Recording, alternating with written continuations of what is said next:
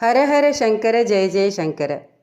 ஒரு சமயம் பட்டுக்கோட்டையிலேருந்து ஒரு பணக்கார பிரமுகர் மகாபெரிவாளை தரிசனம் பண்ண வந்திருந்தார். அவர் நெடுநாளைய பக்தர். அவர் மகான் கிட்ட, நான் ஒரு கார் வாங்கியிருக்கேன் பெரியவா, அதை வாங்கின நாள்லேருந்து எத்தனையோ தடவை சின்ன சின்ன ஆக்சிடெண்ட் ஆகிடுது.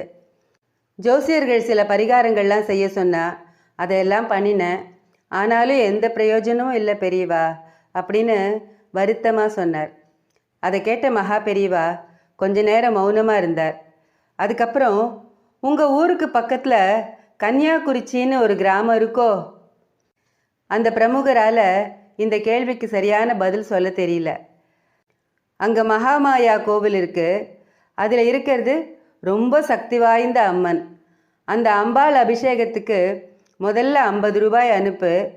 காரோட முன்பக்கத்தில் கன்னியாகுறிச்சி அம்மன் துணைன்னு எழுது அப்படின்னு மகான் சொன்னார். பெரியவா இப்படி சொன்னதை கேட்டதும் அவர் ரொம்ப கண் கலங்கி போய் ஆச்சரியமாக பெரியவாளை பார்த்துட்டு இருந்தார். எங்கள் குடும்பத்துக்கே கன்னியாகுறிச்சி அம்மன் தான் துணை. என்னோட குலதெய்வம். எங்கள் அப்பா அம்மா வருஷம் அந்த கோவிலுக்கு போவா. அந்த அம்மனுக்கு அபிஷேகம் விசேஷ பூஜைகள்லாம் பண்ணுவா. குழந்தைகளுக்கு முதல்ல அங்கே தான் முடியிறக்குவா. அது என்னமோ தெரியல, அந்த குடும்ப பழக்கம் என் தலைமுறையிலேயே மறந்து போச்சு. நல்ல வேளை மகா பெரியவா ஞாபகப்படுத்தினேள் அப்படின்னார். தெய்வத்தாலேயே கட்டளையிடப்பட்ட அந்த அன்பர் தன்னோட குலதெய்வத்தை தொடர்ந்து வழிபட ஆரம்பித்தார். விபத்து இல்லாமல் கார் ஓடித்து. அந்த குடும்பத்து மனுஷாலே தன்னோட குலதெய்வத்தை மறந்தாலும், இதுதான் உன்னோட குலதெய்வம்னு மகா பெரியவா சொல்லி அதுக்கப்புறம் குலதெய்வத்தை வழிபடுற பல குடும்பங்கள் இருக்குது. குலதெய்வ வழிபாடு ரொம்ப முக்கியம். குலதெய்வங்கிறது குலம் காக்கும் தெய்வம். நம்ம குடும்பத்தை நிச்சயம் காப்பாற்றும். ஸ்ரீ மகா பெரியவா திருவடிகளே சரணம். ஒரு விவசாயி பக்கத்து ஊருக்கு வந்திருக்கிற பிரபல ஜோதிடர் ஒருத்தரை பார்க்கறதுக்காக போயிருந்தார். அவரை இன்முகத்தோடு வரவேற்ற அந்த ஜோசியர் அவரோட ஜாதகத்தை வாங்கி பார்த்தார். அவரோட ஜாதகத்தை வாங்கி பார்த்த ஜோசியருக்கு அதிர்ச்சியாயிடுது. ஏன்னா அவரோட ஜாதக பிரகாரம் அவரோட ஆயுசு அன்னைக்கு ராத்திரி முடியறது. ஜோசிய தர்மப்படி எந்த ஒரு ஜோசியரும் ஒருத்தரோட இறப்பை பற்றி எந்த சூழ்நிலையிலையும் சொல்லக்கூடாது. அதனால் அந்த விவசாயிக்கிட்ட அந்த ஜோசியர், நீங்கள் போயிட்டு நாளை கார்த்தால வாங்கோ, நான் உங்களுக்கு ஜாதகம் பார்த்து சொல்கிறேன் அப்படின்னு வருத்தத்தோடு சொல்லி அனுப்பி வச்சார். ஒன்றும் புரியாத அந்த விவசாயி மறுநாள் வரேன்னு சொல்லிட்டு வீட்டுக்கு திரும்பினார். வர வழியில் லேசாக மழை தூர ஆரம்பிச்சுது.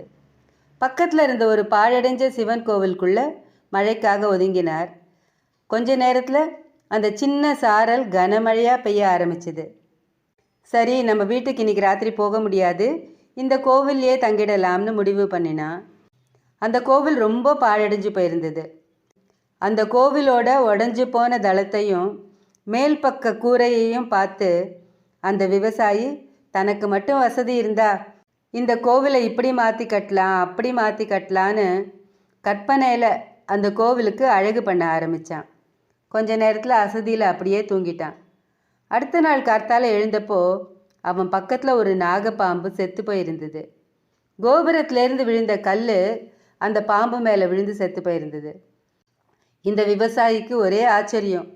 கோபுரத்திலேருந்து விழுந்த கல்லும் தம் மேலே படலை, இந்த நாகப்பாம்பும் தன்னை கடிக்கலை. இதை பார்த்ததும் அவனுக்கு ரொம்ப ஆச்சரியம். கடவுளோட கருணையை மனசார நினச்சிட்டு நன்றி சொல்லிட்டு ஜோசியரை பார்த்துட்டு வீட்டுக்கு போகலான்னு ஜோசியரை பார்க்க போனான். இவனை பார்த்து அந்த ஜோசியருக்கு ரொம்ப அதிர்ச்சியாக இருந்தது. உங்களுக்கு ஒன்றும் ஆகலையே அப்படின்னு பரபரப்போடு கேட்டார் அந்த ஜோசியர். அதுக்கு அந்த விவசாயி, வீட்டுக்கு போகிற வழியில் மழை பெஞ்சதுனால ஒரு சிவன் கோவிலில் தங்கிட்டு இப்போ கார்த்தால கிளம்பி வரேன்னு சொன்னார். இல்லை, உங்கள் ஜாதக பிரகாரம் நேற்று ராத்திரியே உங்களுக்கு ஆயுள் முடிஞ்சிடுத்து. ஆனால் நீங்கள் இப்போ உயிரோடு என் முன்னாடி நிற்கிறீங்கன்னா ஒன்று அஸ்வமேத யாகம் பண்ணியிருக்கணும், இல்லை ஒரு சிவன் கோவிலை கட்டியிருக்கணும். இதில் ஏதோ ஒன்றை பண்ணினாதான் நீங்கள் என் முன்னாடி உயிரோடு இருக்க முடியும். இப்போ சொல்லுங்கள், நீங்கள் அஸ்வமேத யாகம் பண்ணினீங்களா இல்லை சிவன் கோவிலை கட்டினீங்களா? என்ன நடந்ததுன்னு பரபரப்போடு அந்த ஜோசியர் கேட்டார். அதுக்கு விவசாயி, நான் எந்த அஸ்வமேத யாகமும் பண்ணலை, கற்பனையில் அந்த பாழடைஞ்ச கோவிலை நான் அழகுபடுத்தினேன் அப்படின்னு சொன்னான்.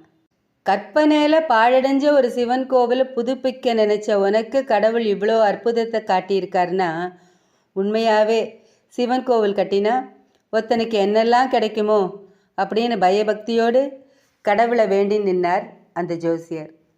பிற்காலத்தில் அந்த விவசாயி தன்னோட உழைப்பினால் அந்த கோவிலை சீர்படுத்தி குடமுழக்கு பண்ணி ஊருக்கு பயன்படுற மாதிரி அழகான ஒரு வழிபாட்டு ஸ்தலமாக மாற்றினார்.